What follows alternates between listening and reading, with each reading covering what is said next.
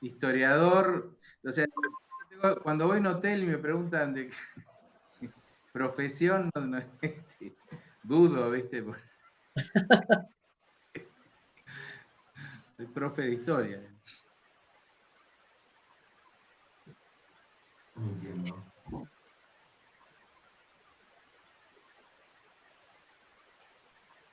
En breve arrancamos. Ahí te estoy escuchando en el parlante de al lado. Habría que chequear. ¿Sí? Te escucha bien. Habría que chequear, se escuchó perfecto. Bien. Me está saliendo. Está recolgado esto.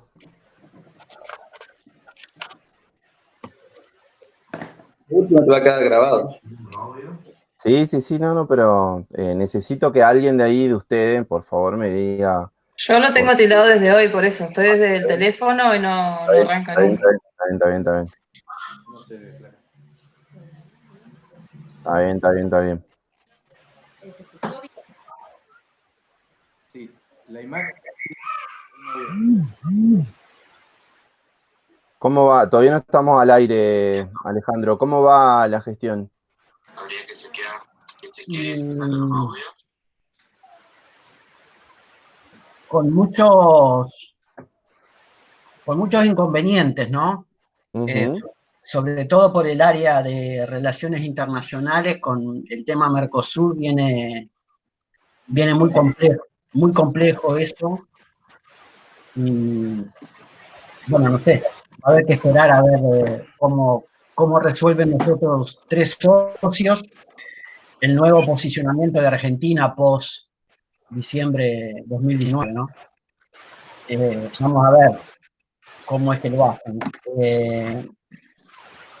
La otra área que está bajo la subsecretaría, que es la de defensa comercial, bien, venimos bien, pero cada vez con más tareas, porque ahora se le agrega a las antiguas esto de somos nosotros los que hacemos los permisos de exportación de los materiales sensibles a la pandemia. Entonces, es como una interconsulta con salud, y bueno, y eso lleva mucho intercambio institucional, los expedientes van, vienen, esto se autoriza, esto no, es compleja la situación para estar en teletrabajo y con muchos más instrumentos a cargo, ¿no? Claro.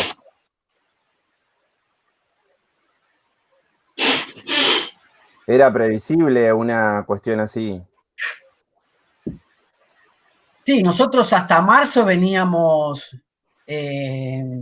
gestionando de una manera y ahora tuvimos que hacer cambios porque, bueno, salieron una serie de decretos y una serie de resoluciones del ministro y, bueno, tenemos que dar cuenta de eso, ¿no? Pero se agregan a las anteriores funciones que teníamos.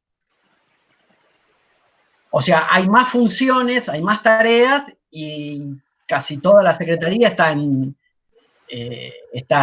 teletrabajo, ¿no? Claro. Y hay algunos expedientes que lamentablemente se siguen haciendo vía papel, como los certificados de importación temporaria o los de preferencias para exportación. Entonces, todo eso se agrega a estos permisos nuevos de exportación que hay que estar gestionando conjuntamente con salud todo el tiempo, ¿no?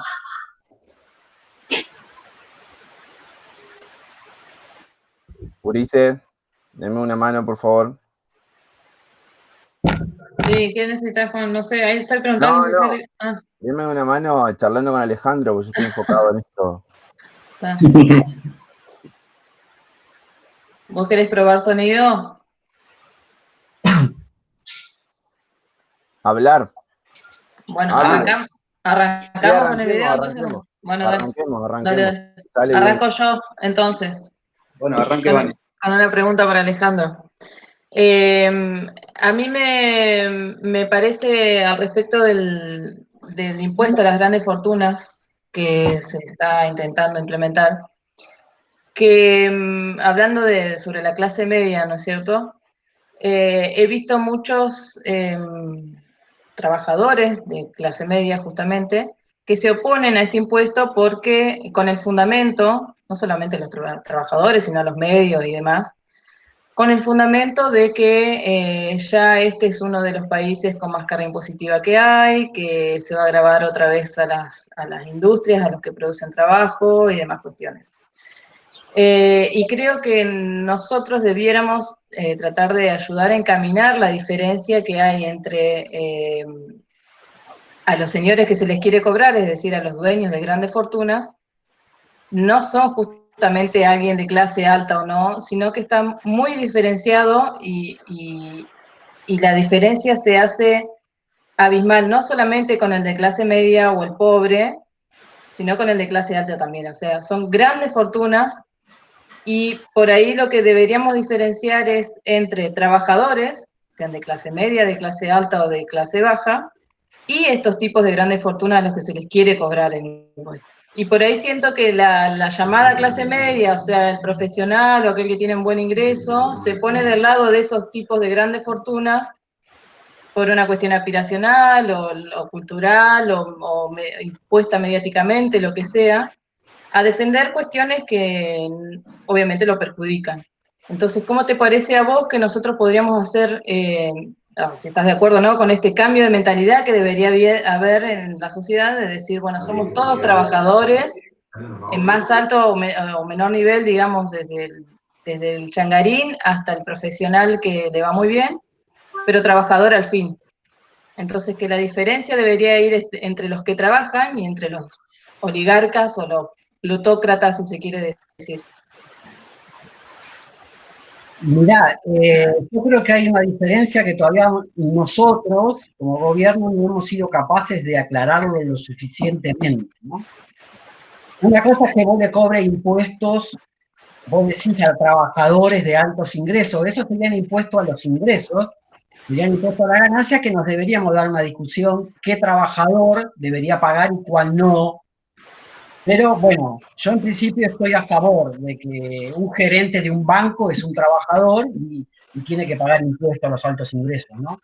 Yo soy un funcionario público y tengo que pagar impuestos a los altos ingresos. Yo no tengo ninguna duda de eso. Eso sería una discusión que deberíamos volver, que la dejamos trunca allá en 2014, 2015, cuando tuvimos aquellas diferencias con los compañeros de la CGT. Pero este impuesto, el que se está promoviendo en este momento, ni siquiera es a los ingresos. No es a los ingresos. Ninguna persona que gane muchísima plata le van a cobrar este impuesto. Este impuesto es a la riqueza, es al stock, no es al flujo. No es al flujo de ingresos que tienen las personas, sino es al stock de riqueza que tienen. Entonces, ninguna persona, por mucho que gane todos los meses, va a ser alcanzada por este impuesto, solamente si tiene un stock de riqueza acumulada. Por lo tanto, por eso es que va a repercutir tan poco este impuesto, porque estamos discutiendo tanto por un impuesto que va a tener muy poco impacto a nivel de PBI, a nivel de recaudación. Es más como una medida simbólica de que todos aquellos que han acumulado riqueza en el modelo anterior, 1976-2003, bueno, en esta situación tan difícil, colaboren con un impuesto que no solo es bajísimo en términos de tasa a nivel internacional, sino que es algo más terrible aún, es por única vez. Por única vez, sí. Entonces, no es que estamos haciendo una reforma tributaria profunda y a partir de ahora el impuesto a la riqueza en Argentina se va a parecer a la de los países más serios. No, nada. Vamos a cobrar en el caso que saca la ley, ¿no? Una tasa baja, 1%, y por única vez, con lo cual es realmente que las grandes fortunas se opongan a esto, habla de su insensibilidad, ¿no? Claro, pero no solo se oponen las grandes fortunas, sino gente de clase media que también está como en contra, también desde los medios están bombardeando en contra de esta medida. Y a lo otro que apunto es cómo considerás vos que se puede recaudar más, digamos, atacando a los propietarios de la tierra, a los grandes propietarios de la tierra, a los terratenientes, a los oligarcas y demás. Porque me parece que por ese lado puede venir el flujo de fondo que se necesita, y positivamente, ¿no? Como para recaudar y redistribuir un poco más la cuestión. No sé, en la situación actual yo imagino que siguen sin poner la plata los que deberían ponerla en realidad, digamos, siendo, o sea, a los terratenientes me refiero. No sé si vos pensás que puede ir por ese lado también el tema impositivo.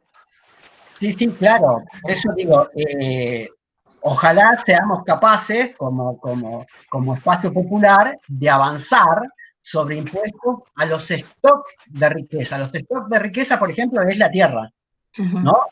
Ustedes saben que las últimas cambios que hubo en el impuesto inmobiliario rural fueron muy resistidos, ¿no? En todo el país, y la provincia que más avanzó en ese tema fue la de ustedes, Entre Ríos. Si uno mira todo lo que ha pasado con el resto de las provincias, uno ve que el impuesto inmobiliario rural en todo el país ha caído en Argentina respecto a lo que se cobraba en la década del 80. En la década del 80 se cobraba más del triple de lo que se cobra hoy. Y el valor de la hectárea se ha multiplicado. Con lo cual, en términos relativos, cobramos mucho menos ahora que lo que cobramos en la década del 80. No es que hubo una revolución en el medio, ¿no?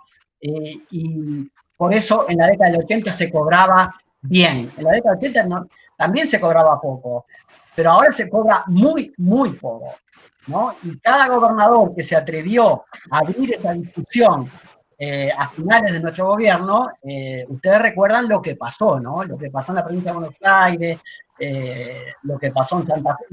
En todas las provincias hubo pronunciamientos fuertes en contra de una modificación del impuesto inmobiliario rural. Y al respecto del impuesto de ingresos brutos a los arrendamientos, por ejemplo, ¿considerás que aumentando una alícuota, superando determinada cantidad de hectáreas o como se pueda llegar a diseñar, podría impactar? Sí, ¿Podría servir algo por el estilo? Sí, el asunto, yo no soy un experto tributario, pero yo lo que te digo es que en Argentina cobra poco impuesto, a diferencia de lo que vos estás diciendo, que es verdad, que la gente percibe como que paga mucho y ya basta. Sí. En Argentina se cobra poco impuesto y se cobra mal. En general, los pocos impuestos que cobramos se los cobramos a los pobres, ¿no? En general. IVA, ingresos brutos, bueno, y cobramos muy poco impuestos de los que cobran los países que tienen una institucionalidad más afianzada, digamos, ¿no? Que cobran impuestos a la riqueza, a los altos ingresos, bueno. Deberíamos ir, si queremos mejorar la distribución del ingreso, deberíamos ir hacia ese tipo de recaudación tributaria para después, cuando hacemos gasto social, el gasto social no es que le sacamos ingresos a la clase media para darle a los pobres y los ricos siguen siendo cada vez más ricos. Para disminuir la desigualdad, los sistemas tributarios le sacan al que más tiene y le dan al que menos tiene. Entonces se achica la brecha. Ahora, si nosotros seguimos apoyando nuestros ingresos fiscales con ingresos brutos y con IVA, es como que la misma clase media baja subsidia al vecino que la está pasando mal. Mientras tanto, las fortunas más grandes de nuestro país siguen eludiendo o evadiendo impuestos, ¿no? Yo quería, no sé si está contestada, yo quería hacer una consulta en relación a lo que es atado a esto, ¿no? Pero lo que es la generación de trabajo en sí. O sea, está calculado que más o menos 200.000 jóvenes por año se incorporan al mercado de trabajo, 220.000, 300.000. ¿Cómo hacemos en este contexto y después de esta coyuntura, o en esta coyuntura misma, digamos, para generar empleo? ¿Cómo hacemos para que no solamente tener un ingreso universal a las personas, sino darle trabajo, darle, como vos siempre decís, dignidad a las personas, ¿no?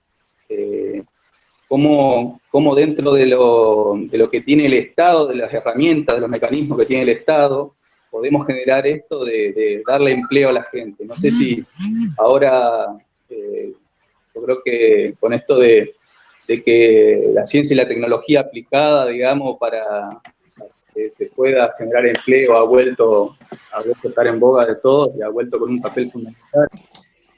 Algo ya que había planteado, no sé, Jorge Sábato, o Karsaki y demás pensadores, ¿no? Pero ¿cómo hacemos, digamos, como para tener empleo genuino, o tratar de tener una industria nacional, tratar de conseguir, de darle empleo a la gente? ¿Hay algún mecanismo? ¿Se está pensando en algo? Además del ingreso ciudadano, del IFE, del ingreso universal y de los demás mecanismos que están ahora, por supuesto que son muy necesarios, ¿no? Te escuché medio entrecortado, pero yo creo Sí, que... Amílcar, usa auriculares.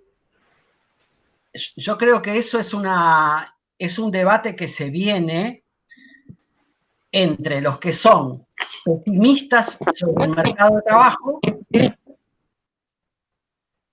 y los que somos optimistas. ¿Sigo? Sí. Entre los que son pesimistas del mercado de trabajo y los que somos optimistas respecto al mercado de trabajo. Los que son pesimistas respecto a que el mercado de trabajo nunca más va a volver al pleno empleo, están planteando que en Europa, por ejemplo, se vaya hacia un ingreso ciudadano, una renta básica para todos. Los que somos optimistas decimos que no estamos de acuerdo con eso, porque eso es una agenda europea que ya tuvo su estadio de desarrollo y ya tuvo su nivel de satisfacción de necesidades, que nosotros estamos muy lejos de eso. Entonces, hay un grupo de compañeros del espacio nacional que seguimos apostando al mercado de trabajo. Y si vos te fijas, todas las políticas públicas desde marzo para acá son 100.000 pymes con crédito para que mantengan el trabajo. El Estado le va a pagar la mitad del sueldo a 2,2 millones de trabajadores. Si nosotros juntábamos toda esa plata, quizás podríamos pensar en un ingreso ciudadano. Nosotros no estamos pensando en eso. Nosotros estamos pensando en cómo sostener los puestos de trabajo, sostener el empleo. Porque para nosotros el trabajo es diferente que lo que es para la progresía europea. La progresía europea, como ya está desencantada del mercado de trabajo, cree que el ingreso es el nuevo integrador social, no el trabajo, el ingreso. Entonces, como un ingreso puede ser ingreso ciudadano o renta básica y un ingreso puede ser un salario, dice es lo mismo. Salario o ingreso ciudadano es lo mismo. Entonces, las personas que están fuera del mercado de trabajo les damos ingreso ciudadano. Para nosotros, y dada la historia del pueblo argentino, no es lo mismo. No es lo mismo ser trabajador que ser receptor de un ingreso ciudadano. Para nosotros el trabajo tiene otras condiciones diferentes que el ingreso ciudadano. El trabajo le da identidad a la persona, ¿no? Mamá es colectivera, mamá es enfermera, mamá es maestra, mamá trabaja de electricista, mamá maneja un taxi, no sé. Mamá es algo en la división social del trabajo que crea bienes y servicios para que la comunidad se reproduzca. Papá es carpintero, papá es mecánico, papá es algo porque trabaja en la comunidad organizada en base al trabajo. Entonces, el trabajo, aparte de dar el ingreso, que da ingreso ciudadano, da identidad. Pero además en nuestro país, y por la historia de nuestro pueblo, el trabajo, el empleo asalariado, tiene un montón de derechos que no tienen en otros países de América Latina, pero los argentinos sí los tenemos. Entonces, papá y mamá pueden planificar vacaciones porque acá hay un sistema de sindicatos que tienen hoteles en las playas, tienen hoteles en Córdoba. Hay un montón de beneficios que hacen que la vida de ese trabajador no sea solo la recepción de ese salario mensual, ¿no? Tiene obra social, tiene un montón de satisfactores adicionales al monto que es ingreso ciudadano o renta básica. Por eso nosotros primero no queremos resignarnos a ser pesimistas. ¿no? Bueno, nunca más va a volver el pleno empleo en el capitalismo, porque el capitalismo con su desarrollo tecnológico cada vez va a demandar menos horas de trabajo para hacer un auto, para hacer una zapatilla, para hacer una remera, con lo cual tenemos que ir pensando en otro mecanismo de integración que no sea el empleo asalariado. Bueno, nosotros creemos que los argentinos todavía estamos lejos de eso, de ese escenario, ¿no? Nosotros tenemos muchas escuelas por hacer, tenemos muchas cloacas por hacer, tenemos muchos satisfactores que fabricar para muchos niños que necesitan, para muchos adultos que necesitan, tenemos muchos cuidados que dar, hay mucha gente que no está accediendo a un derecho básico que es el derecho a ser cuidado. Y muchos no estamos accediendo a un derecho básico también que es el derecho a cuidar. Porque tenemos jornadas extensísimas de trabajo para poder tener un ingreso normal. Entonces, como tenemos jornadas tan cargadas de horas, no podemos cuidar a nuestros hijos. Entonces, nuestros hijos no están cuidados y a su vez papá y mamá que quieren cuidar no pueden cuidar. Entonces, tenemos que reorganizar nuestra comunidad en base a distribuir todos los trabajos, porque todos trabajamos de algo, y quizás ese pesimismo sobre el mercado de trabajo lo podemos transformar en un optimismo. Quizás no es que faltan puestos de trabajo. Lo que está faltando es que esos trabajos sean considerados empleo. Bueno, entonces, ¿cuáles son los cambios institucionales que tenemos que hacer para que todos esos trabajos sean considerados empleo?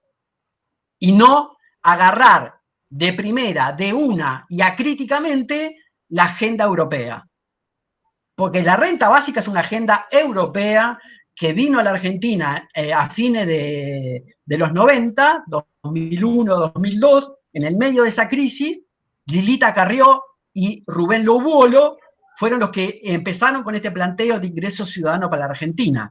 Bueno, nosotros en aquel momento nos opusimos a eso, ¿no? Y fuimos por el pleno empleo. Y con el gobierno de Néstor y de Cristina demostramos que era mentira que había que ser pesimistas sobre el mercado de trabajo.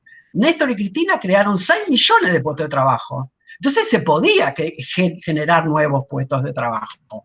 Había que tener el coraje político de tomar las políticas públicas necesarias para crear, porque el puesto de trabajo es un flujo, no es un stock. Hay tantos puestos de trabajo. No, eso es mentira, porque el trabajo es un flujo. Si yo le pongo capital, hay más puestos de trabajo.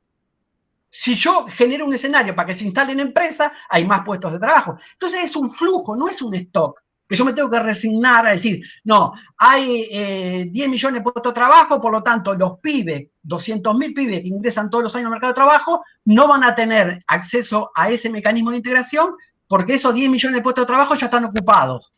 Entonces los nuevos pibes ingresan como desocupados. No, eso no es así. Los puestos de trabajo son un flujo, como la producción. Si hay más producción, hay más consumo de insumos, hay más consumo de energía y hay más consumo de la fuerza laboral. Pero bueno, para eso tenemos que tomar las medidas que tenemos que tomar para que ese flujo de puestos de trabajo sea creciente. Entonces, esta discusión va a venir ahora porque hay mucha gente que está confundiendo ingreso ciudadano, renta básica, lo está confundiendo con lo que está proponiendo el Papa de salario universal. Y hay un error conceptual en eso que me parece que nosotros como campo popular deberíamos ser claros en lo que estamos diciendo. Alejandro. Sí. Te quería consultar. Hoy estaba leyendo a la mañana un informe de Sergio Chousa, muy interesante en relación con las reservas del Banco Central y sobre todo la fuga de capitales de todos estos años, que se determinó que fue de 86.000 millones de dólares. Por ahí es una temática que habitualmente y en las facultades, en el común de la gente, no se suele conversar, no se suele discutir y que no forma parte de las discusiones habituales que se deberían dar para poder desentrañar cuáles han sido los verdaderos males de nuestra conformación histórica. ¿Qué debemos hacer de cara al futuro para poder solucionar estas cuestiones? Porque imagínate un escenario que podemos volver a renegociar la deuda, que se solucionan todos esos inconvenientes, pero no generamos ese sentido común, ese sentido de clase para que quienes se vean beneficiados por eso puedan hacerse acreedores de estas políticas, digamos, porque de lo contrario la gente se olvida y dentro de 4 años corremos el riesgo que nuevamente un gobierno liberal nos vuelva a incluir en un proceso de endeudamiento y de fuga. Sí, eso es terrible. Y como decía la compañera Vane, ¿cómo es que un obrero cuestiona el pago del aguache? ¿Cómo es que un obrero cuestiona cobrar el 1% a la grandes fortuna? Y a su vez, ningún obrero cuestiona pagar intereses de la deuda. Algo nos pasó, Claro. porque nosotros, porque eso sí que son parásitos. La compañera que cobra el aguache no es parásito, está haciendo una tarea vital para la reproducción de la sociedad, que es cuidar a sus hijos. Pero el rentista financiero sí es parásito, porque no hace absolutamente nada y saca un valor, porque el valor se crea en la producción. Desde Carlos Marx para acá, todos sabemos que el valor se genera en la producción. Entonces, para que un rentista cobre valor financiero, se lo tiene que sacar al valor de la producción. Entonces, los argentinos producimos un PBI por año y una parte importante de ese PBI se va en intereses financieros. Ahora, ¿por qué será que los trabajadores de clase media o clase media alta nunca cuestionan lo que gasta el Estado en pagar intereses de una deuda que es ilegal, ilegítima y que nunca entró al país? Que es claramente una estafa. Toda la plata que nosotros vamos a pagar de intereses de deuda, que estamos pagando hace 30 años y que vamos a seguir pagando por siempre, es algo que debería ser condonado porque es totalmente ilegal e ilegítima. El campo popular, en 1984, la CGT, todos los trabajadores argentinos cantábamos no al pago de la deuda. El campo popular argentino tenía como plataforma en el 84, y no es que en el 84 eran revolucionarios, para nada era así, pero los trabajadores como clase teníamos claro que esa deuda era una deuda ilegal e ilegítima y que por lo tanto el pueblo no la tenía que pagar. Ahora, ¿cuál ha sido la derrota cultural, como decís vos, como dice Vane, para que ahora todos los trabajadores veamos como normal que se fuguen 86.000 millones de dólares en solo 4 años? Son años y años y años de pagar aguache. Sin embargo, no hay una animosidad política, sindical, social contra ese tema. Juan Pablo, no se ve eso, ni siquiera en nuestro espacio se ve eso, ¿no? No hay una cosa muy fuerte sobre ese tema. Estamos como administrando esto, ¿no? A ver cómo lo podemos llevar a un escenario que sea más beneficioso que el que nos daría el macrismo, por ejemplo, ¿no? Pero alguna vez vamos a tener que discutir este tema, como vos lo decís, porque no puede ser que un solo argentino pase hambre por pagar los intereses de una deuda que ese argentino que está pasando necesidades no tomó. Él no asumió esa responsabilidad. Y sin embargo la tenemos que pagar todos nosotros. ¿Y quién la va a pagar? Siempre la pagamos los trabajadores, que somos los que generamos el valor. Porque del valor de la producción es que sale la plata, los pesos, para pagar el interés financiero. Porque no es que la plata se inventa. La plata sale del valor. Cuando se mezclan bienes de capital, insumos y trabajo, se genera una mercancía que tiene valor. De ese valor, en vez de usarlo en reproducir el capital, generar nuevas fábricas, generar nuevas máquinas, más puestos de trabajo, se le saca a la economía una parte importante para pagar intereses financieros. Entonces la reproducción del sistema productivo en Argentina es tan débil porque hace décadas que una parte importante de ese valor que producen los trabajadores se va como interés de esa deuda financiera. Yo creo que en los próximos meses vamos a tener que ajustar más el tema financiero, porque no puede ser lo que está pasando tampoco con el dólar blue, ¿no?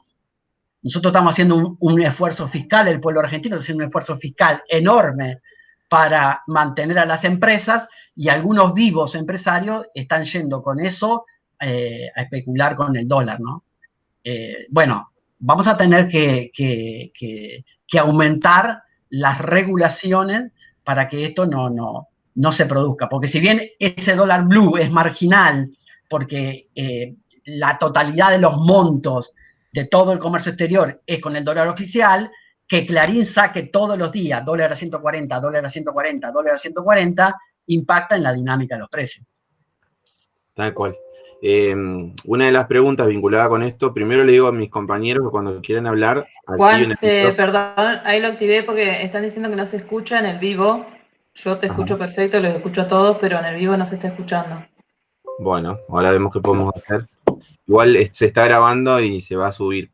En relación con la fuga, también hay un ranking de quienes fugan y son nombres de empresas, de empresarios, de ricos, que en el común de la gente no está, digamos, se enojan con la compañera que cobra la IFE de 10.000 pesos para poder comprar 2 paquetes de fideos o poder llegar a fin de mes, pero no hay un lugar común para identificar a esos verdaderos enemigos de las clases populares. Bueno, esos nombres van a tener que ser públicos. Alguna vez la sociedad tiene el derecho a enterarse, como dijo Cristina. Cristina lo dijo muy claramente. La sociedad, ya que va a pagar esta deuda, se merece saber, ¿no? Como una comunidad que se va a hacer cargo de algo que no tomó porque otro de su comunidad lo hizo, bueno, por lo menos decime quién fue que cometió el pecado. Ahora, Bueno, perdón, el fiscal Delgado estaba leyendo hoy una noticia que va a investigar a la FIP de Cuccioli y de Abad por el encubrimiento de las 950 cuentas en el exterior. ¿Pensás que podría ser un puntapié inicial para darnos cuenta de quiénes son estos personajes? Sí, esas son otras cuentas, ¿no? Pero sí, vos para fugar tenés que tener cuentas afuera, ¿no? Y para poder operar con el contado con liqui también tenés que tener una cuenta en el exterior. Vos comprás el bono en peso acá y lo vendés en el exterior si tenés una cuenta en el exterior. Ahora, vos, yo, Juan Pablo, no tenemos cuenta en el exterior. Bueno, ¿quiénes son los que tienen cuenta en el exterior y que pueden hacer esa especulación? Eso debe estar claro, porque si no, siempre lo mismo, ¿no? Todo queda como en un manto de olvido y como dice Juan Pablo, dentro de 4 años nos olvidamos de esto. Y esto fue muy, muy grave lo que pasó 2016-2019, ¿no? Nunca se vio tanta velocidad y tanta fuga en tan poco tiempo. Bien. ¿Puedo? ¿Sí? Sí. Hola, hoy te hice una pregunta, pero estaba con el micrófono trabado. Una de tus biografías dice que sos uruguayo. ¿Es Oriental. ¿Eh? Oriental. Oriental. Muy bien. Sí, bueno, yo como te dije, soy historiador, no soy economista, y es más, soy bastante escéptico con respecto a la economía. Creo que es la política estúpido, no la economía estúpido, lo que tendría que haber dicho Bill Clinton. Y leyendo algunas de tus notas anteriores, decís un montón de cosas en las cuales estoy de acuerdo. Por ejemplo, que la clase política debe tener coraje, que de esta crisis no se sale con sensibilidad social, que no debemos administrar la pobreza, y bueno, inventaste ese concepto de guerra gaucha con respecto a los que la tienen que poner y no la ponen. Bueno, ¿qué se siente? Estas declaraciones están hechas desde el llano, ¿no?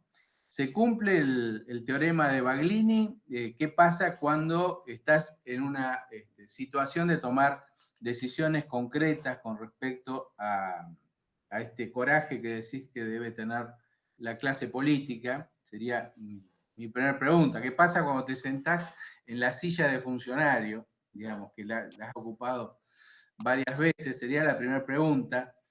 La segunda, vos estuviste cerca del INDEC, y creo que el INDEC es algo que fue el latiguillo de combate de la derecha que nos hizo bastante mal. ¿Cuánto hay de mito y de realidad con respecto a que el INDEC perdió su capital esencial, que es la credibilidad de los datos, ¿no? Porque lo he escuchado hasta a los nuestros referirse a eso con aspereza.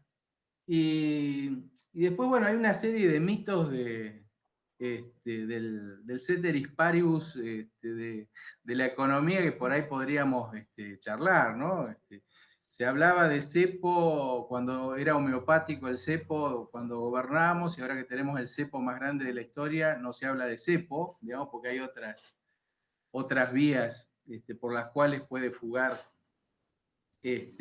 la plata. Se está emitiendo más que nunca en la historia, y el impacto sobre la inflación no parece ser tan grave.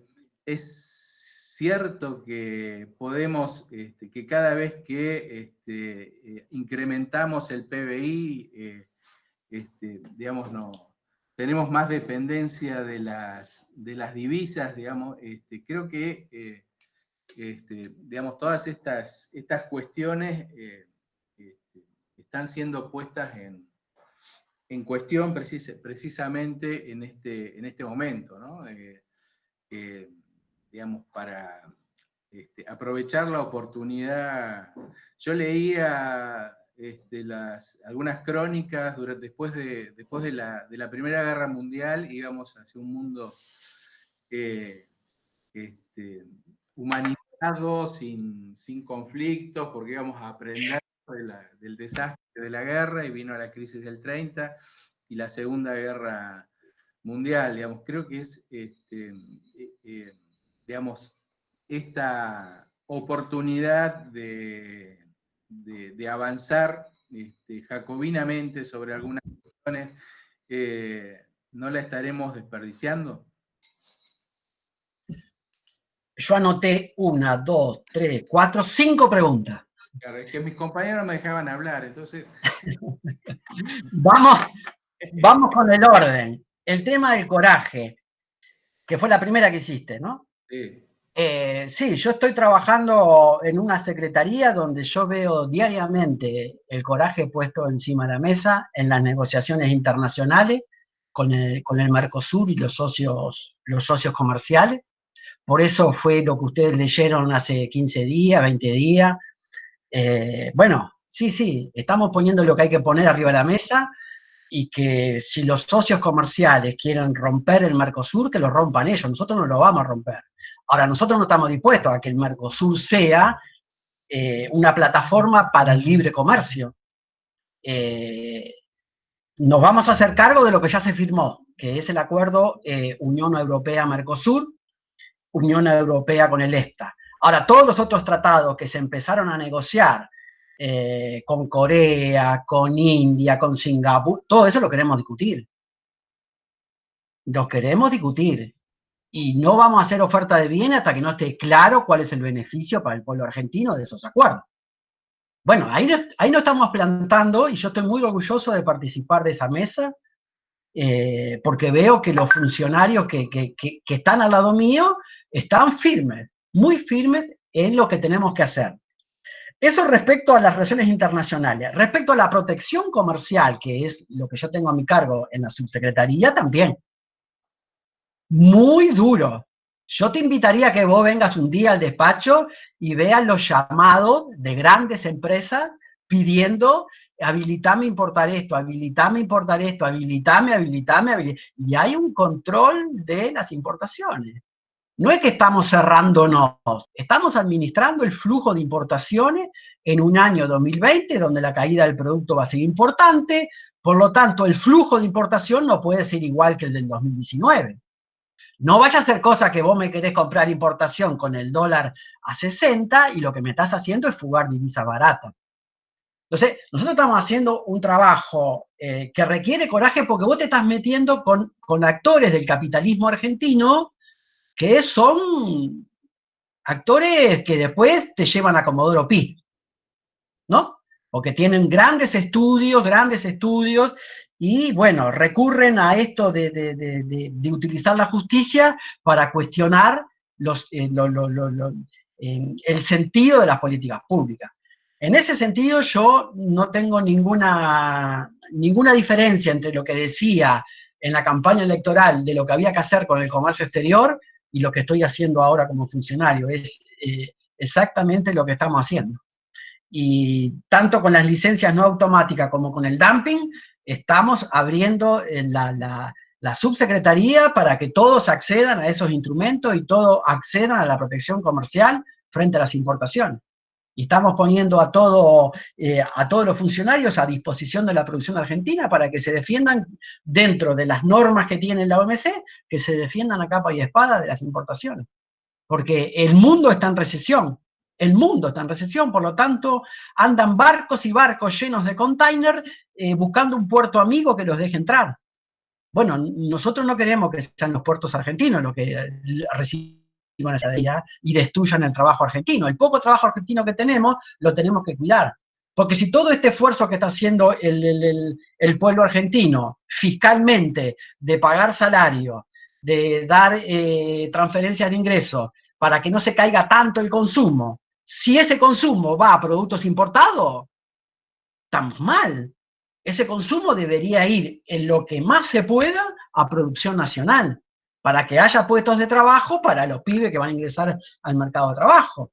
Bueno, eso yo lo estoy haciendo con el mismo énfasis que lo hice en el gobierno de Cristina, lo estamos haciendo ahora. No hay ninguna diferencia en eso. Con respecto a lo del INDEC, yo ya lo dije en su momento, yo no voy a hablar de las intimidades del INDEC, esto ya fue dicho en su momento, y ahí está el honor de muchos compañeros que participaron ahí, y yo no me voy a meter con eso. Ahora, eso no me quita a mí la posibilidad de opinar políticamente, y políticamente tiene razón la oposición. Nosotros destruimos la credibilidad del INDEC. De hecho, nuestros funcionarios utilizaban otros datos, no los del INDEC, para hacer proyecciones de deflactores, de inflación, ¿no? Funcionarios de nuestros gobiernos, ¿no? Entonces, nosotros hemos cometido un error grave ahí en el INDEC. No estoy hablando de las personas, sino de la política que nos dimos, sobre todo que no fuimos capaces de transparentar eso que estábamos haciendo, porque muchas cosas en el INDEC estaban muy mal en el 2007, muy mal. Habíamos hecho muy mal el censo del 2001 y nadie dice nada. Habíamos hecho muy mal el censo del 2004 y nadie dice nada. El censo económico 2004, ¿sabés cuándo se publicó? En el 2014. 10 años intentando arreglar ese censo que estaba horriblemente mal hecho. Por eso las cuentas nacionales, si vos entrás a cualquier organismo público y buscás datos del PBI, vas a ver que dice PBI a precios del 2004. Y vos decís, ¿y cuándo se empezó a publicar a precios del 2004? En el 2014. O sea, durante 10 años estuvimos usando una base que era a precios de 1993, porque no teníamos los datos del censo. La encuesta de gasto de los hogares 2005-2006 también fue muy problemática y recién se pudo utilizar después del 2009. ¿Qué te quiero decir? Que el INDEC tenía problemas. Es mentira que el INDEC era casto y puro y llegamos los malos y lo destruimos. Eso es mentira. Ahora, es verdad que nosotros no hicimos las cosas como corresponde para otorgarle al INDEC la credibilidad que necesitaba.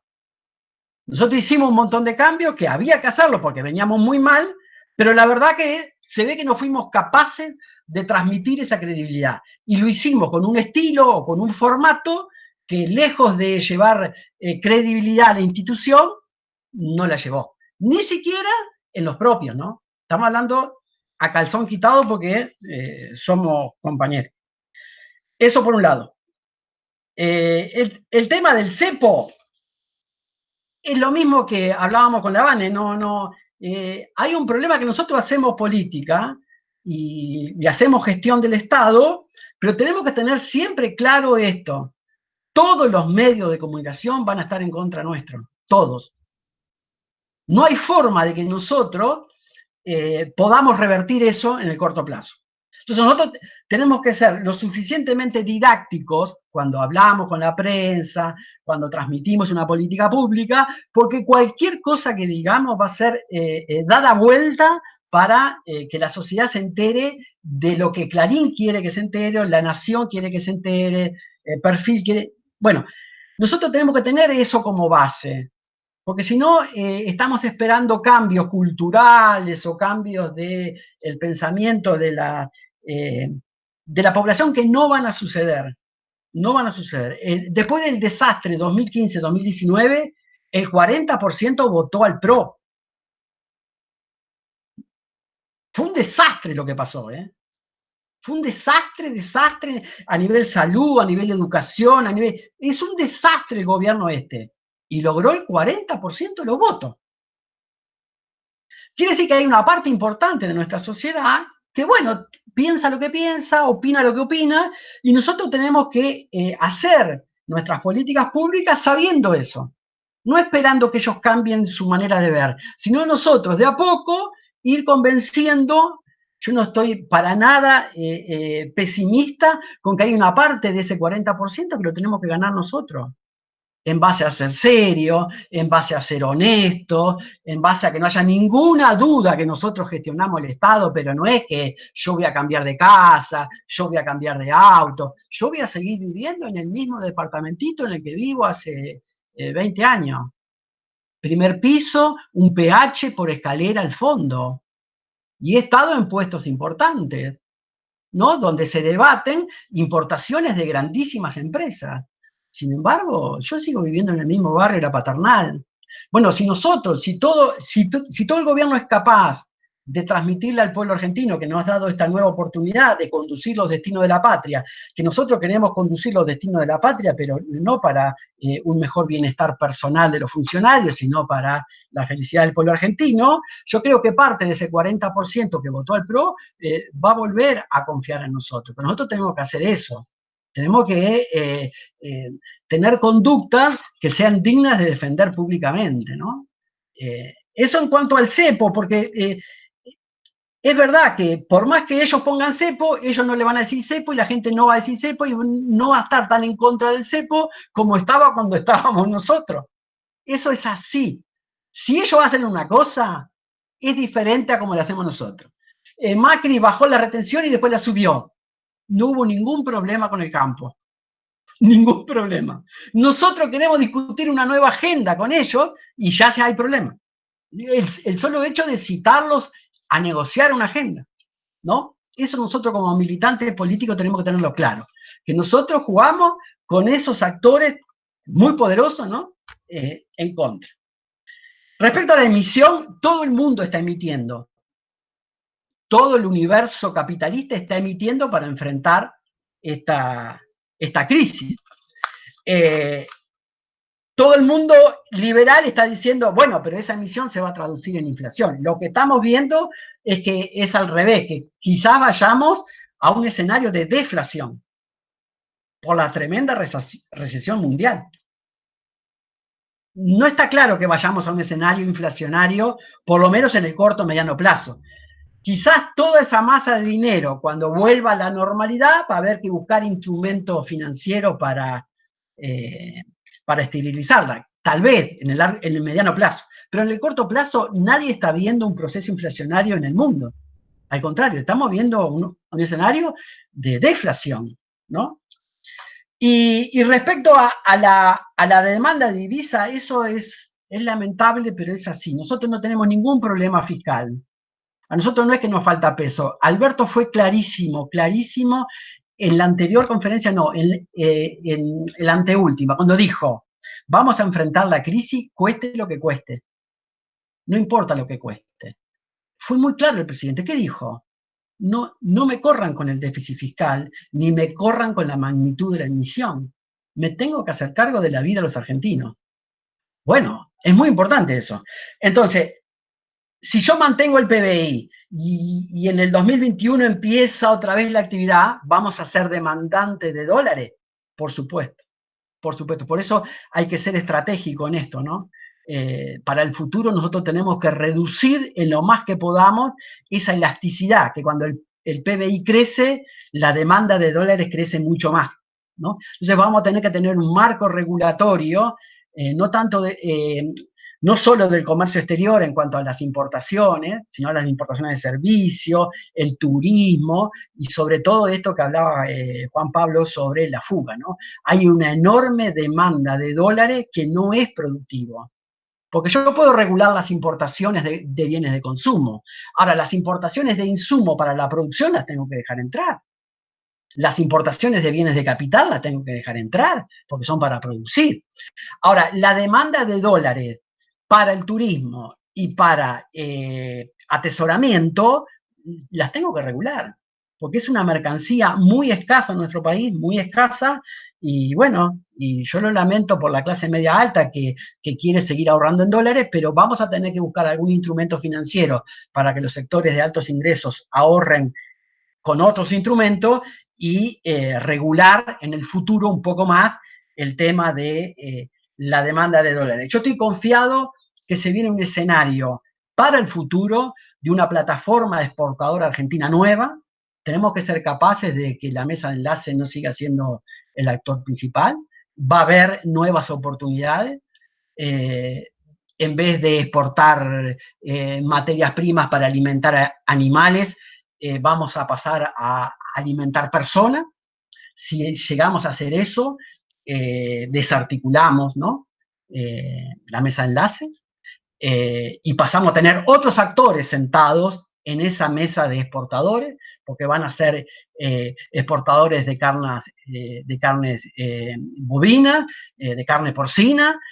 Bueno, va a haber mucha demanda de eso, porque lamentablemente China tiene este problema gravísimo que tiene con sus cerdos.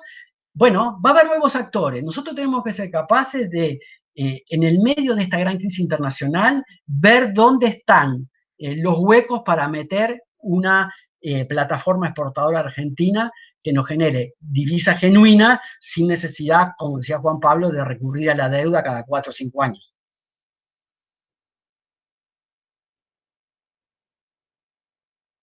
Alejandro, una consulta. En esa nueva plataforma que te referís vos y en esas nuevas oportunidades, por ahí hay mucha gente, digamos, que está apoyando la gestión del presidente en cuanto a la pandemia y demás. ¿Vos ves una oportunidad también como para que la comunidad entera apoye o se organice? O por fin, no sé si el mito de la comunidad organizada de que incluir la clase media, incluir a la industria y a muchos más en un proyecto nacional. Sí. ¿Ves esa oportunidad? Sí, yo la veo. Y lo veo, Alberto, en condiciones de hacerlo. Es más, yo te voy a decir otra cosa. Yo estoy participando de negociaciones internacionales y cosas así. Nosotros estamos siendo mirados no solo por los argentinos. Los pueblos de América Latina están viendo que Argentina resolvió su problema con el neoliberalismo de manera democrática, por los canales institucionales, y que están mirando con buenos ojos lo que estamos haciendo, no solo con el tema de la pandemia, lo que estamos haciendo con el tema Mercosur, lo que está haciendo Alberto. Alberto es un presidente que se está sentando con expresidentes que están siendo perseguidos en sus propios países. Podría tener problemas diplomáticos con los presidentes actuales de esos países. Y sin embargo, Alberto paga ese costo político y se sienta y habla con el Grupo de Puebla. Bueno, Alberto está demostrando que tiene vocación. Nosotros tenemos que ayudar al presidente. El presidente está demostrando coraje, está diciendo, yo debería sentarme con un opositor a Bolsonaro, como Lula. No, yo tendría que tener relaciones institucionales porque el pueblo brasileño eligió a Bolsonaro. Nos gusta o no nos gusta, eligió a Bolsonaro. Sin embargo, el presidente se sienta y habla con Lula. Se sienta y habla con Rafael. Se sienta y habla con Evo. Entonces, a veces nos quieren correr con el apuro, ¿no? Que deberíamos hacer esto, deberíamos. El presidente yo creo que está haciendo cosas que ni siquiera nosotros pensábamos. Y la está haciendo con el estilo de él, ¿no? Sin gran dinero, pero lo está haciendo. Eso que dijo, de no importa lo que cueste, yo estoy a favor de la vida, epa. esto que está haciendo, la foto de él con todos los expresidentes de América Latina, que están todos en la oposición hoy. Vos decime una foto parecida en el pasado. ¿Qué presidente argentino en ejercicio de su presidencia hacía reuniones con los expresidentes que están siendo perseguidos por las actuales autoridades en sus respectivos países? Bueno, él no tiene problema en pagar esos costos diplomáticos porque él cree que debe fortalecer ese espacio, el espacio popular de América Latina. Él cree que va a haber una nueva oportunidad para ese espacio. Yo creo que también lo va a haber. Quizás la pandemia nos obliga a acelerar los tiempos, pero va a producirse ese espacio y nosotros tenemos la tremenda responsabilidad, no solo de demostrarle al pueblo argentino, a ese 40% que votó a Macri, de demostrarle a esa parte del pueblo argentino que con nosotros está el futuro de sus hijos asegurado, sino también a muchos pueblos de América Latina que están mirando a ver qué hacemos los argentinos, cómo resolvemos este problema. Y nosotros lo resolvimos de una manera que no lo pudo resolver Bolivia, no lo pudo resolver Ecuador, no lo pudo resolver Chile, bueno, no lo pudo resolver Perú. Nosotros estamos resolviendo esto de una manera pacífica, lo más pacífica de nuestra historia. Lo estamos resolviendo y lo estamos haciendo bien. Nos están mirando muchos pueblos. Tenemos que tener esa responsabilidad. Y yo creo que el gobierno, en la cabeza de Alberto, está asumiendo esa responsabilidad. Por eso él paga el costo político de estar impulsando él ese grupo. Hoy declaró, el ex vicepresidente de Bolivia declaró, sin duda, Alberto es el líder de América Latina. Lo dijo él. ¿Por qué lo dice? Porque lo ve con esa vocación. ¿No? Es un presidente de un Estado que se reúne con expresidentes que ahora son oposiciones en sus respectivos países. Y él no importa eso, él se reúne. Entonces, lo ve con vocación de liderar eso, ¿no? Yo creo que vamos bien en eso. Vamos bien, vamos bien. Alejandro, una de las cuestiones, ahí pregunta a Freddy, le mandamos un saludo, que está mirando, un admirador ferviente de Alejandro Barrios. El tema de la ley de góndolas, que anda dando vueltas, que tuvo tratamiento, y sobre todo porque da la sensación de que hay sectores ligados a la economía concentrada, de la alimentación, como Pérez Compán, como Arcor, que cada día concentran más la economía y es muy difícil poder darle posibilidades a otros sectores para que la regulación del tema alimentario sea una realidad y deje de ser una utopía, considerando los males que trae aparejado todo eso. Mirá, por supuesto que yo estoy a favor de la ley de góndola, ¿no?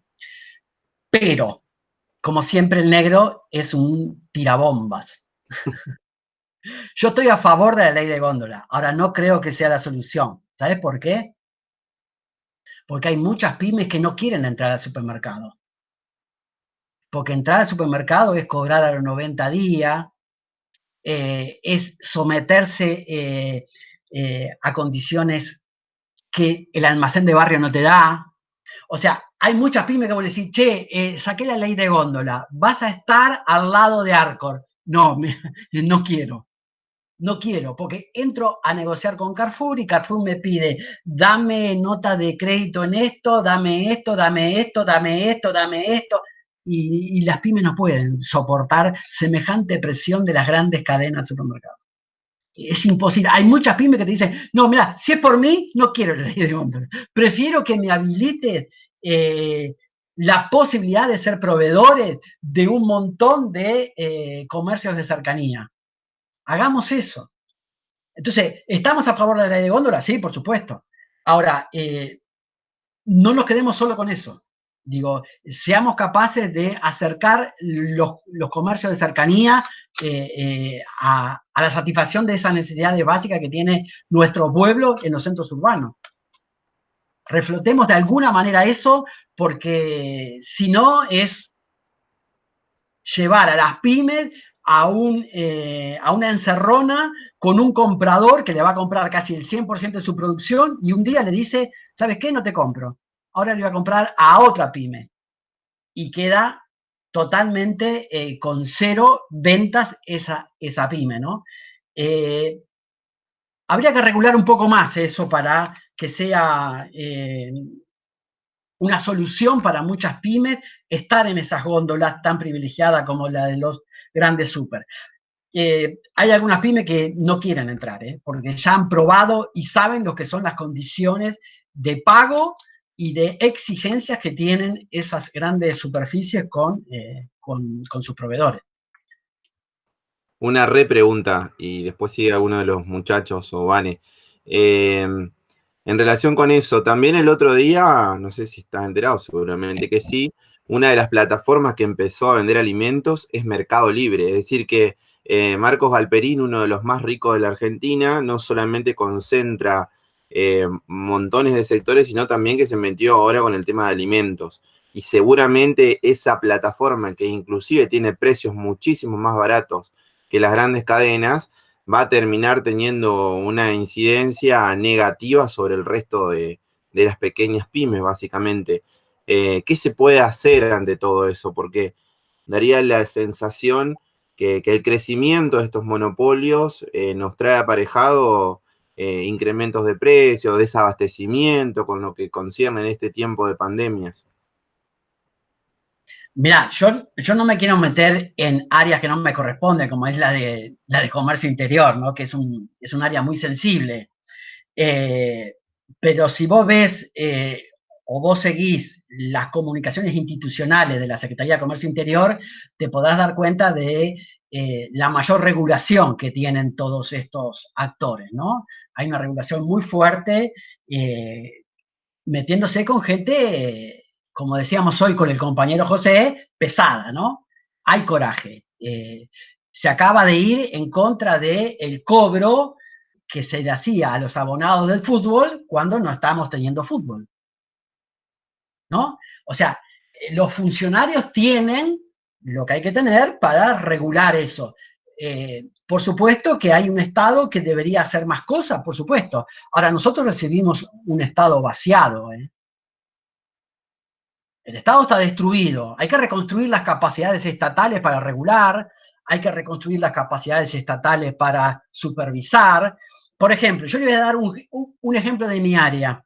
Hay un instrumento que requiere que la Subsecretaría de Comercio Exterior haga una especie de auditorías sobre unas plantas que se importan llave en mano, pero que tienen que tener el 20% de componente nacional para facilitarle la importación de esa línea de producción completa.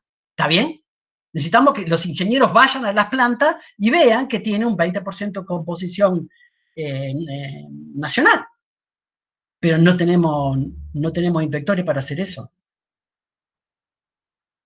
Retiro voluntario, despido, ¿no? Entonces recibimos un área vacía. ¿Y cómo es que se aprueban hasta el 2019 eso? Por la declaración del empresario. El empresario declaraba que sí tenía y ya estaba, eso ya bastaba. Bueno, nosotros queremos, ahora, mi amor, más allá de lo que vos declarás, queremos ir a ver la máquina, queremos ir a ver la línea, ¿no? Bueno, lo que te quiero decir es, hay coraje y hay voluntad de mayor regulación a nuestro capitalismo. El asunto es que hay que reconstruir esas capacidades estatales para hacer eso, ¿no? Porque el Estado, por lo menos en el área económica que tiene que regular, está bastante vaciado.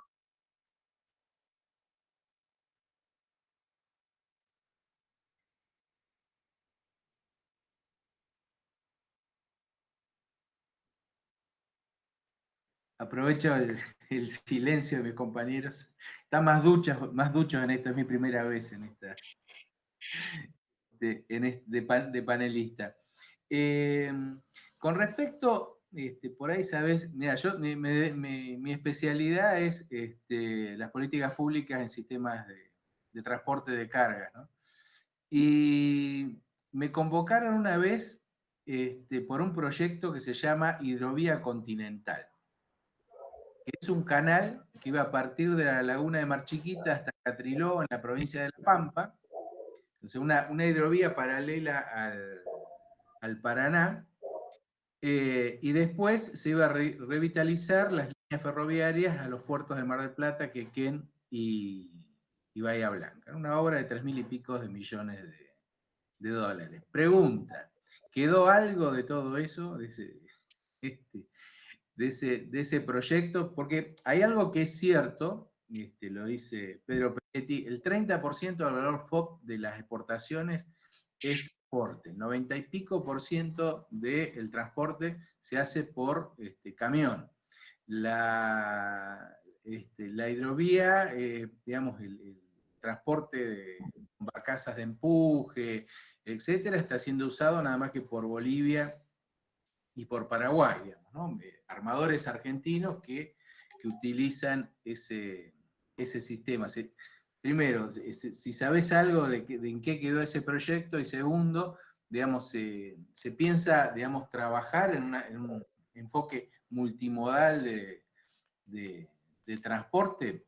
Nosotros hicimos un modelito con los 132 acopiadores de cereales de Entre Ríos, con, digamos, estos sistemas de utilización de los puertos y algo de la infraestructura, y nos daba un ahorro entre 20 y 50 millones de dólares al año, digamos, utilizando sistemas multimodales.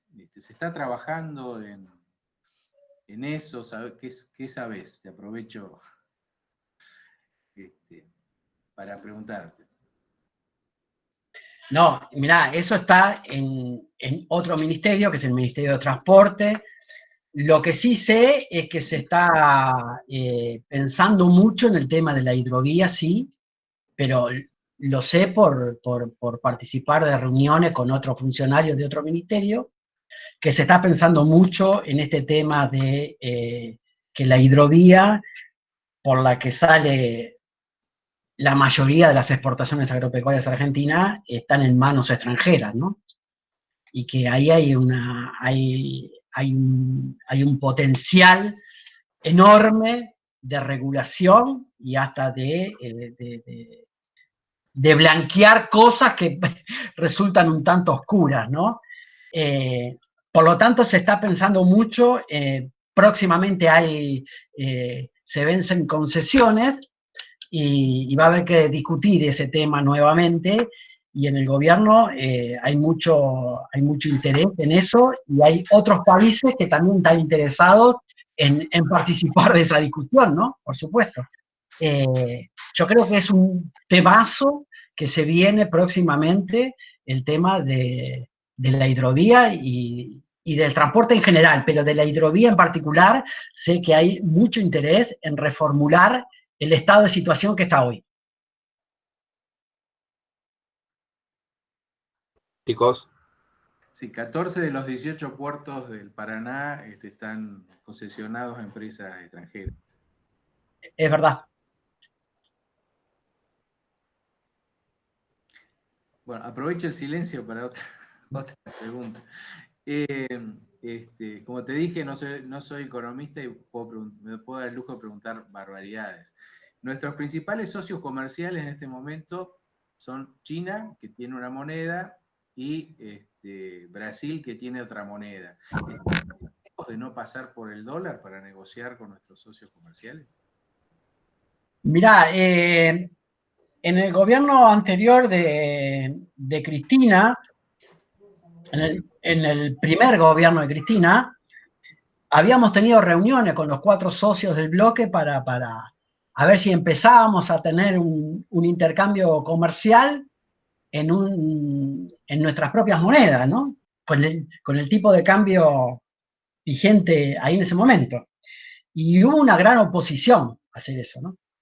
Si bien ya había habido experiencias exitosas en Asia donde se comercia sin pasar por el dólar, hacerlo en el Mercosur fue bastante dificultoso porque los que comercian son los sectores privados. Entonces, más allá de que los gobiernos tenían la voluntad política de que se hiciera en moneda local, los exportadores argentinos y los exportadores brasileños y los exportadores uruguayos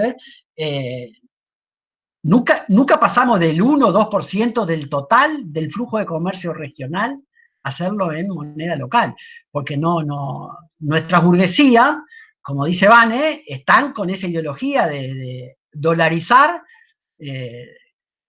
sus ganancias, ¿no? Entonces, ¿se puede hacer? Sí que se puede hacer. Quizás en un futuro cercano, con estos swap que tenemos con China, hay alguna posibilidad de hacer algo, de empezar a probar eso con China, porque China también está interesada en que su moneda sea reserva de valor a nivel mundial. Quizás se puede empezar con esas cosas y eso va a ser un cambio muy importante, ¿no? Dejar de esta restricción que tenemos de acceso al dólar, empezar a bucear las posibilidades de que los intercambios regionales sean en moneda local, y si tenemos la posibilidad de empezar también a bucear eso con China, sería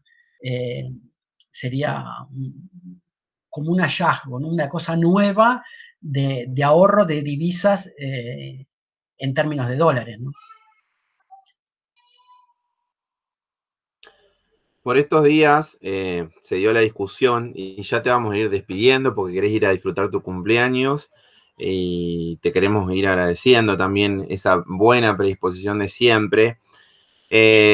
Recordábamos el otro día un video de un discurso tuyo que siempre te lo hemos recalcado, que es antológico, en septiembre de 2015, con docentes, donde hacías mención al tema de los méritos y de las oportunidades, y que la gente pobre por ahí o te dicen que hay que especializarte, pero en realidad lo que hay que hacer es tener una demanda activa y hay que generar un mercado laboral que dé oportunidades.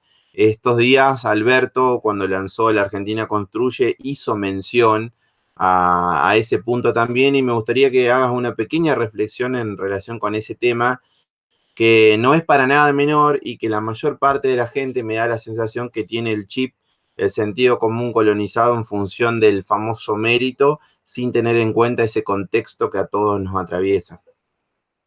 Mira, yo soy docente de la Universidad de Moreno. La Universidad de Moreno fue un proyecto de mucho tiempo de las autoridades de ese partido del Gran Buenos Aires. Cuando llegó el gobierno de Néstor y el de Cristina, se volvió a presentar el proyecto que se había presentado en la década del 90, junto a otras universidades, como la de Loma de Zamora que salió, la de Quilmes que salió, salieron varias universidades del conurbano, y la de Moreno no salía. Y hasta en el gobierno nuestro hubo algunos compañeros senadores que decían que, pero ¿cuántos alumnos hay en Moreno? ¿No nos sale más barato pagarles un micro y una beca y que vayan a estudiar a Luján, que es un pueblo cercano a Moreno? Bueno, en ese momento las autoridades de Moreno, más un grupo de senadores, siguieron insistiendo igual, ¿no? que los pibes y las pibas de Moreno necesitaban esa oportunidad. Y bueno, Néstor y Cristina decidieron que eso fuera una realidad efectiva y abrimos la Universidad de Moreno en el 2010. Y del 2010 hasta acá, ya van 10 años, tenemos egresados. El asunto es que nosotros nos encontramos, yo tengo una materia de primer año, y nosotros nos encontramos con un universo de ingresantes que nosotros le llamamos puerta giratoria. ¿Por qué? Porque antes del primer parcial, se nos va el 50% de los que ingresan. Porque es tan grande el choque de lo que ellos traen del secundario, del GBA, y lo que se necesita, lo que se demanda, lo que se requiere en la universidad, que los chicos dicen, esto no es para mí, y se van. Entonces, hay un esfuerzo institucional muy grande por morigerar eso, que no sea 50, que sea 40, que sea 30, porque la universidad es para todos, no es para un grupo elegido. Y nosotros ahí nos damos cuenta que en realidad este tema de la meritocracia, a estas personas que sostienen esto, habría que llevarlos a esas universidades y ver a esos niños, a esos adolescentes. ¿Qué mérito? ¿Qué mérito si yo tengo que ir a hacer la tarea bajo la luz de la esquina, porque no tengo luz en mi casa? Voy a hacer la tarea en la esquina donde está el foco de luz, Entonces vos me querés comparar esto con un alumno de la Ditela, de la Universidad de Belgrano. ¿Qué mérito? Entonces Alberto ahí fue muy claro. El tema son las oportunidades, no el mérito. Si nosotros le damos oportunidades a todos, pero a todos, incluso a ese 50% que se nos va, no, lo volvemos a ingresar y decimos, todos tienen oportunidad. Porque la universidad es pública, es gratuita, pero no es popular. Porque nuestros gurises se nos van, porque no tienen los activos mínimos para permanecer en la cultura universitaria. Entonces, cuando le demos oportunidades a todos, vamos a tener la autoridad moral de decir, le dimos oportunidades a todos y algunos merecen más porque hicieron el esfuerzo. Pero si no, no. Nadie tiene autoridad moral para decirle a ese pibe que se choca con la cultura universitaria, con 0 activos familiares. El 95% de nuestros estudiantes, sus papás, nunca pasaron ni cerca de una universidad. No tienen activos familiares, no tienen activos culturales. En su casa no se lee nada, absolutamente nada. No hay textos, no hay nada para leer. Entonces, el hábito de la lectura, todos esos activos que todos los que son clase media tienen, estos chicos no los tienen. Hay que construirlos en el dictado de ese primer año del ciclo general. Entonces, este tema de la meritocracia es tan cobarde plantearlo, es un argumento tan cobarde, ¿no? Porque retirándolo hay que ir por las oportunidades para todos, y eso requiere coraje.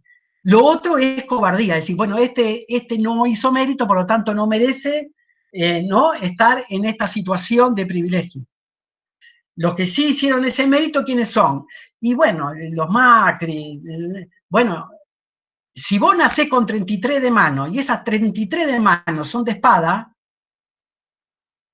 y seguramente tenés más chance de ganar. Ahora, si vos nacés con un 4, un 5 y un 6, y todo de distinto palo, y te largan a la vida así, dicen, jugá el partido. Y amacate, mamita, porque es difícil, ¿eh? Es difícil para esos pibes sobreponerse a esto no es para mí. ¿Vos sabés lo terrible que es ir a una universidad y estar convencido de que eso no es para vos? ¿De que vos no sos capaz? Bueno, vos como docente te tenés que sobreponer a eso y decir, hey, pará, sí, esto es para todo, esto es para todo. A uno le llevará 5 años, a otro le llevará 6. A mí la universidad me llevó más años que el resto de los pibes que empezó a cursar conmigo. Pero yo empecé la universidad a los 29 años. Hice la escuela primaria a los 27. La primaria. Entonces, yo tenía un montón de activos y otro montón me faltaban. Una vez un compañero me dijo, vos sos como un queso gruyère. Estás acá arriba, pero tenés muchos agujeros, ¿no? Agujeritos que me faltan de capital cultural. Me faltan. Y nunca los voy a recuperar, porque no hice todas las cosas que hacen los niños a los 6 años. A los 8 años me fui a trabajar afuera de mi casa. Entonces hay un montón de conocimiento acumulado que algunos no tenemos ni vamos a tener. Pero no por eso somos menos que nadie. Podemos ir a la universidad, podemos cursar materias, las podemos aprobar, podemos recibirnos y podemos trabajar de eso que nos recibimos. Y no me siento menos que Kichilov, ni menos que nadie.